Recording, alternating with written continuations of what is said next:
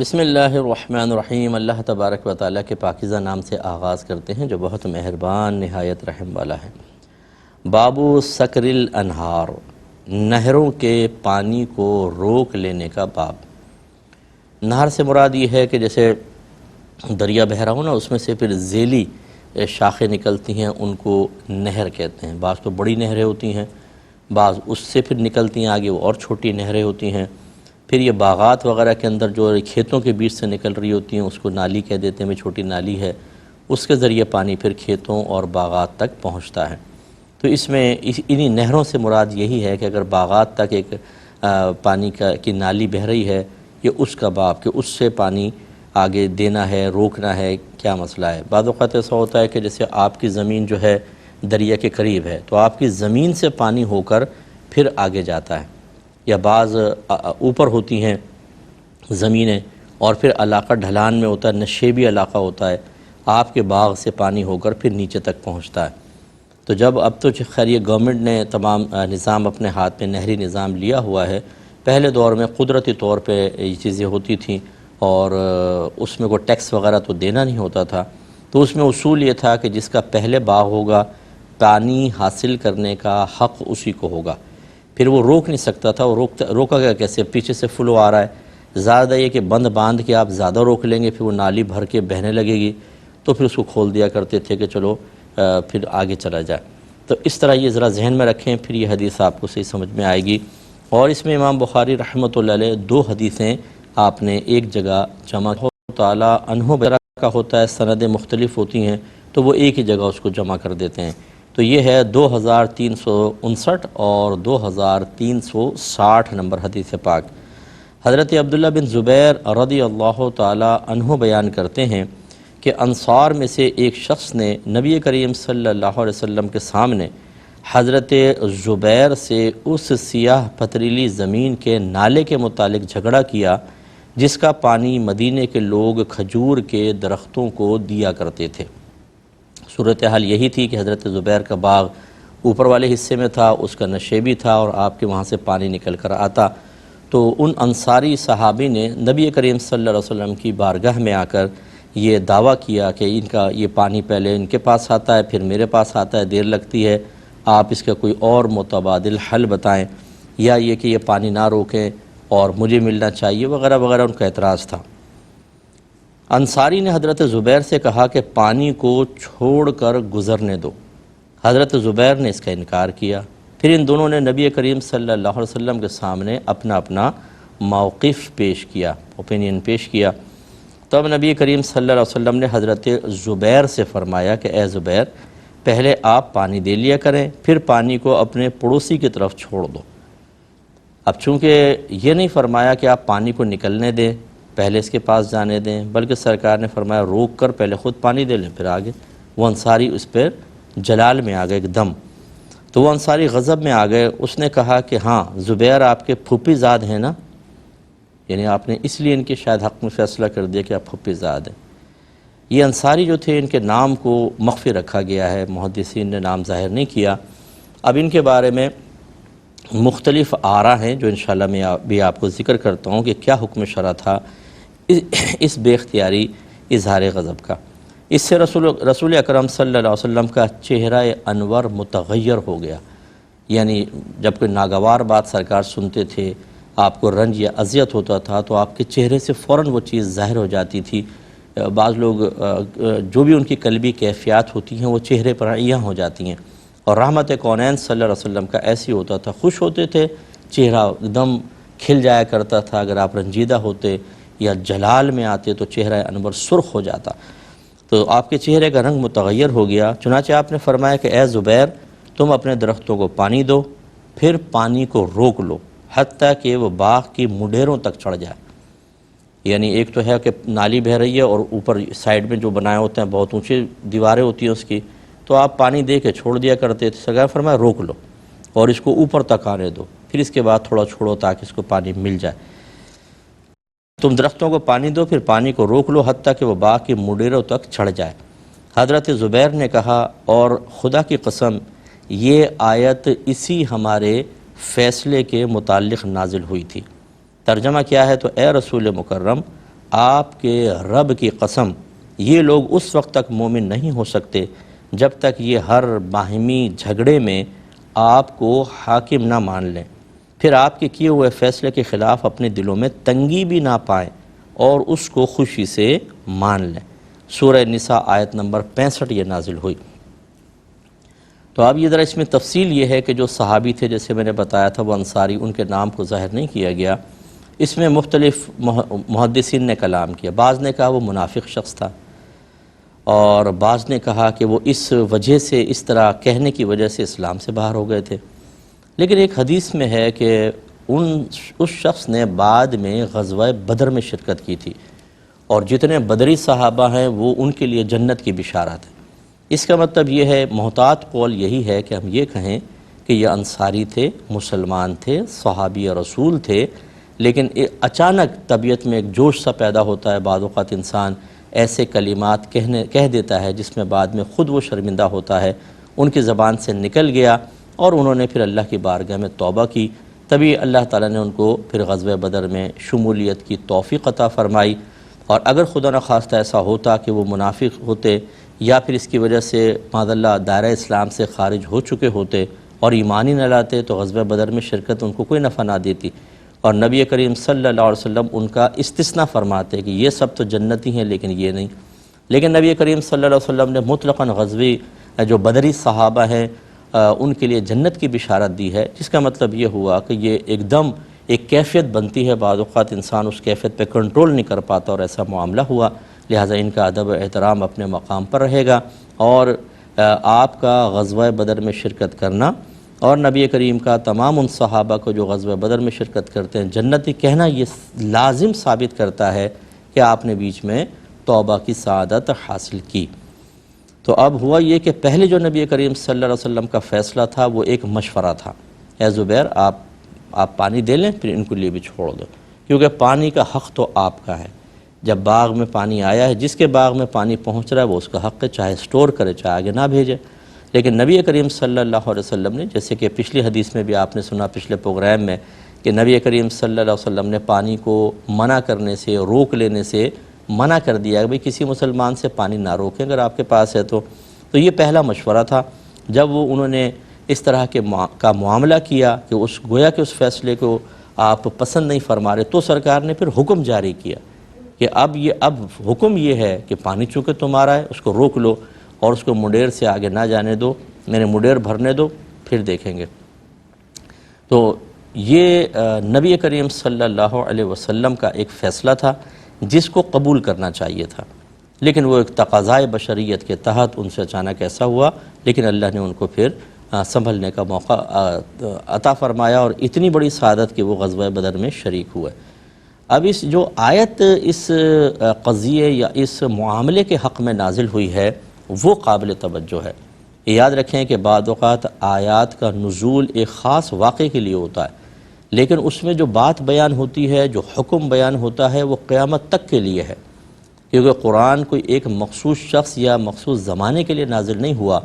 یہ تو تمام بنی نوع انسان کے لیے اور قیامت تک کے لیے نازل کیا گیا ہے۔ لہٰذا اس میں بیان کر دیا گیا کہ جب ہمارے درمیان کوئی باہمی جھگڑا ہو جائے تو ہم اسے اللہ اور رسول کے سامنے پیش کر دیں، اور جب نبی کریم صلی اللہ علیہ وسلم کو اس کے بارے میں فیصلہ فرما دیں تو ہمیں صدق دل کے ساتھ، خوش دلی کے ساتھ قبول کرنا چاہیے، ہمارے دل میں کوئی تنگی پیدا نہ ہو بلکہ ہم خوشی سے اس کو ایکسیپٹ کر لیں۔ تو یہ اب چونکہ قیامت تک یہ کے لیے آیت ہے، اس لیے جو میاں بیوی میں جھگڑا ہو جاتا ہے، میں اکثر اپنے بیانات میں کہتا ہوں خدا را اپنے گھروں کو شریعت کے لیے کھول دیجئے، آنے دے اپنے گھر میں شریعت کو، آپ ہی کو فائدہ ہوگا۔ کبھی بیوی اور شوہر کا جھگڑا ہوتا ہے، کبھی ساس بہو کا ہوتا ہے، کبھی نندوں کا اور بھابھی کا جھگڑا ہے، کبھی اولاد کا ماں باپ کے ساتھ کوئی فائٹ ہو رہی ہے، کبھی اولاد کے اندر باہم فائٹ ہوتی ہے، آفیسز میں، فیکٹریز کے اندر جھگڑے ہو جاتے ہیں، باقی دنیاوی معاملات کے اندر ہو جاتے ہیں۔ ان سب کا حل کیا ہے؟ اپنی عقل ہے، آپ کی سمجھداری ہے۔ اگر آپ اس کو بنیاد بناتے ہیں تو سامنے والا نہ آپ کو صاحب عقل ماننے کے لیے تیار ہے، نہ آپ کی سمجھداری کا قائل ہے، تو پھر کیسے مسئلہ حل ہوگا؟ بہترین اس کا لیے ایک فیصل یہ ہے، یعنی فیصلہ کرنے والا، کہ جس کو سرکار نے فیصلہ کرنے والا قرار دیا، یا یوں کہہ لے کہ اللہ تبارک و تعالیٰ نے فیصلہ کرنے والا قرار دیا، اور وہ کیا ہے؟ اللہ کا حکم، اس کے رسول کا حکم۔ تو اگر میاں بیوی میں جھگڑا ہو اور وہ کہیں چلو نہ تیری نہ میری، ہم دیکھتے ہیں شریعت ہمارے بارے میں کیا کہتی ہے۔ جس کی غلطی ہوگی وہ دوسرے سے معافی مانگے گا، اور جس کی غلطی نہیں ہوگی وہ سرخرو کہلائے گا۔ اس کے بعد کسی اچھے مستند مفتی صاحب سے فتویٰ لے لیں، انشاءاللہ مسئلہ حل ہو جائے گا۔ پہلی بات تو ہے کہ ہمیں شریعت خود سیکھنی چاہیے، اتنی ہمارے پاس شریعت ہونی چاہیے کہ ہم اس کی روشنی میں اپنے باہم جھگڑوں میں صحیح غلط کا فیصلہ کر سکیں۔ یہ چلیں اگر نہیں ہے، کوئی نئی نوعیت کی چیز آ گئی ہے، فرض کریں علم دین بھی سیکھا ہے لیکن نئی نوعیت کا مسئلہ آ گیا، تو آپ اہل علم کی طرف رجوع کریں۔ یہ جھگڑے کیوں ختم نہیں ہوتے؟ ہر ایک اپنے آپ کو صحیح سمجھ رہا ہوتا ہے، دوسرا غلط ہے، سمجھدار سمجھ رہا ہوتا ہے، دوسرا بے وقوف ہے، اور ہر ایک اپنے آپ کو اونچا سمجھ رہا ہوتا ہے، دوسرا نیچا ہے۔ ہر ایک اپنی دلیل کو قوی اور مضبوط سمجھ رہا ہوتا ہے، اور دوسرا یہ والا بھی اپنی دلیل کو مضبوط، اور یہ اس کو کمزور، یہ اس کی دلیل کو کمزور سمجھ رہا ہوتا ہے۔ جھگڑا کیسے ختم ہوگا؟ طلاقوں تک نوبت آتی ہے، قتل تک آتی ہے۔ کتنے دیکھیں زمینوں کے جھگڑوں کے اندر جی فلاں گروپ والوں نے فلاں پہ فائرنگ کر دی، 10 آدمی ان کے مارے گئے، 6 آدمی ان کے مارے گئے، مر رہے ہیں، سر پھٹ رہے ہیں۔ ابھی ایک میں خبر دیکھ رہا تھا، ایک شوہر نے حاملہ، پتہ نہیں اس میں صداقت ہے کہ نہیں، ٹی وی پہ چل رہی تھی، ایک شوہر نے اپنی حاملہ بیوی کو پیٹ میں لاتے مار مار کے جان سے مار دیا۔ اب وہ بھی کوئی نہ کوئی جھگڑا پھڈا ہوا ہی ہوگا، تبھی تو یہ ہے۔ تو یہ تمام نقصانات ہم دیکھ رہے ہیں،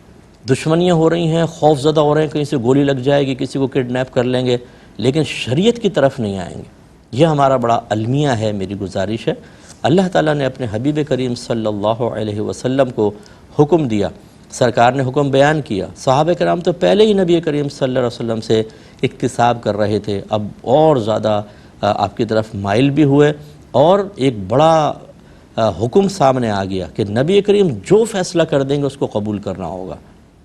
اور چونکہ اللہ تعالیٰ نے قرآن عظیم میں فرمایا اطیعوا اللہ و اطیعوا الرسول و اولی الامر منکم، اللہ کی اطاعت کرو، اس کے رسول کی اطاعت کرو، اور ان لوگوں کا کہنا مانو جو تم میں حکم والے ہیں۔ تو یہ اولی الامر منکم، تم میں سے حکم والے، اس سے مراد علماء فرماتے ہیں کہ ہر دور میں جو وصف اجتہاد سے متصف مفتیان کرام ہوں گے، مسائل کو سمجھنے والے،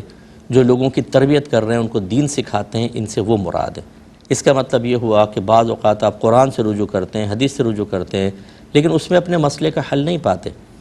عوام کو تو میں منع ہی کرتا ہوں کہ آپ نہیں ریسرچ کیا کریں، جب گوگل پہ بیٹھ کے ریسرچ کر رہے ہیں آپ کبھی صحیح چیز تک نہیں پہنچ پائیں گے، کیونکہ دین میں گہرائی ہے، اس کے کچھ اصول ہوتے ہیں، جب تک آپ وہ رولز نہیں پڑھ لیتے، جب تک آپ کو لاز نہیں معلوم ہوتے، آپ کیسے براہ راست خود مسئلہ نکال سکیں گے۔ تو لہٰذا اچھے مستند مفتیان کرام کی طرف رجوع کریں، اور پھر سمجھ لیں کہ یہ اگر کوئی فیصلہ کریں گے تو یہ ایسا ہی ہے جیسے اللہ تعالیٰ اور اس کے رسول نے ایک فیصلہ کیا۔